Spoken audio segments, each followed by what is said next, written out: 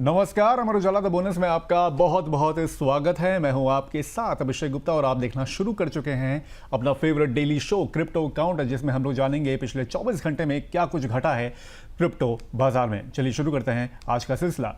तो क्रिप्टो बाजार में गिरावट का सिलसिला थमने का यहां पर नाम नहीं ले रहा है। लगभग सभी क्रिप्टो में आज फिर से बड़ी गिरावट यहां पर देखने को मिली है। बिटकॉइन करीब 3% से ज्यादा टूटकर 66,000 के लेवल के नीचे पहुंच गई है, यानी कि $65,596 पर बिटकॉइन ट्रेड होता हुआ दिखा। वहीं इथेरियम की अगर बात करें तो इसमें बड़ी गिरावट देखने को मिली, करीब 5.5% ये टूटा और $1,867 पर इथेरियम ट्रेड होता हुआ दिखा। उसके बाद बीएनबी की बात करें, इसमें भी करीब बड़ी गिरावट देखने को मिली, 6.25% ये टूटा और $633 पर यह पहुंच गया।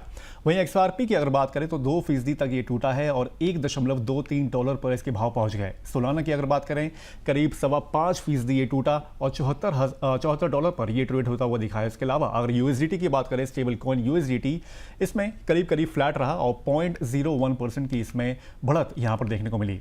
वहीं क्रिप्टो करेंसी बाजार में निवेशकों का रुझान तेजी से सुरक्षित विकल्पों की ओर बढ़ता हुआ दिखाई दे रहा है। हाल के दिनों में बिटकॉइन और अन्य प्रमुख क्रिप्टो करेंसी में आई गिरावट के बीच निवेशक जोखिम वाले एसेट्स से पैसा निकालकर डॉलर समर्थित स्टेबल कॉइन्स खासकर USDT और USDC में ट्रांसफर कर रहे हैं।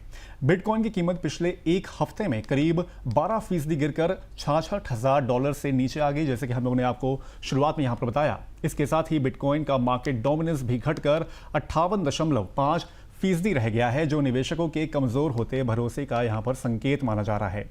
दूसरी ओर टेथर USDT की बाजार हिस्सेदारी बढ़कर 8.3% के उच्च स्तर पर पहुंच गई है, जबकि USD कॉइन यानी कि USDC की हिस्सेदारी में भी बढ़ोतरी यहां पर दर्ज की गई है।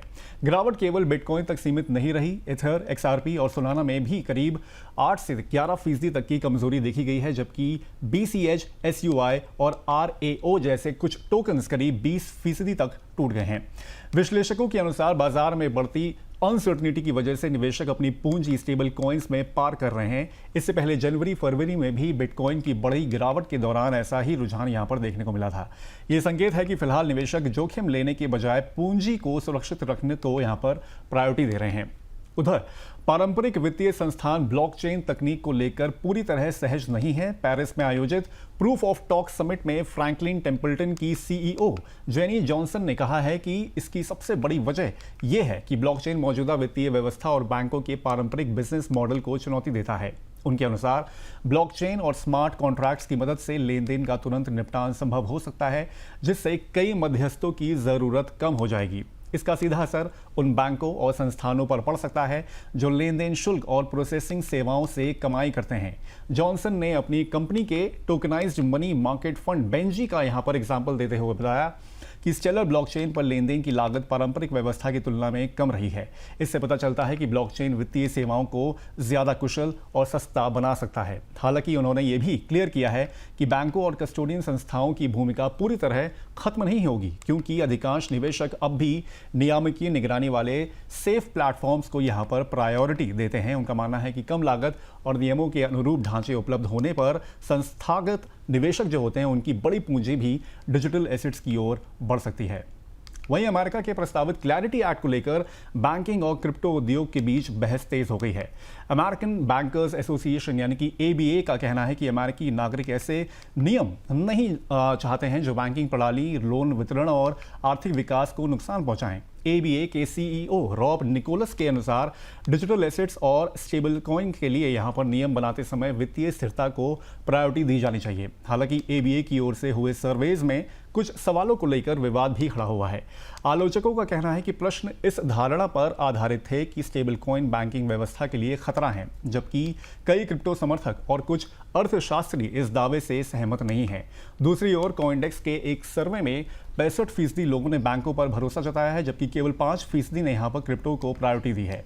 इसके बावजूद 52% उत्तरदाताओं का मानना है यहाँ पर कि डिजिटल एसेट्स भविष्य में महत्वपूर्ण भूमिका निभाएंगे।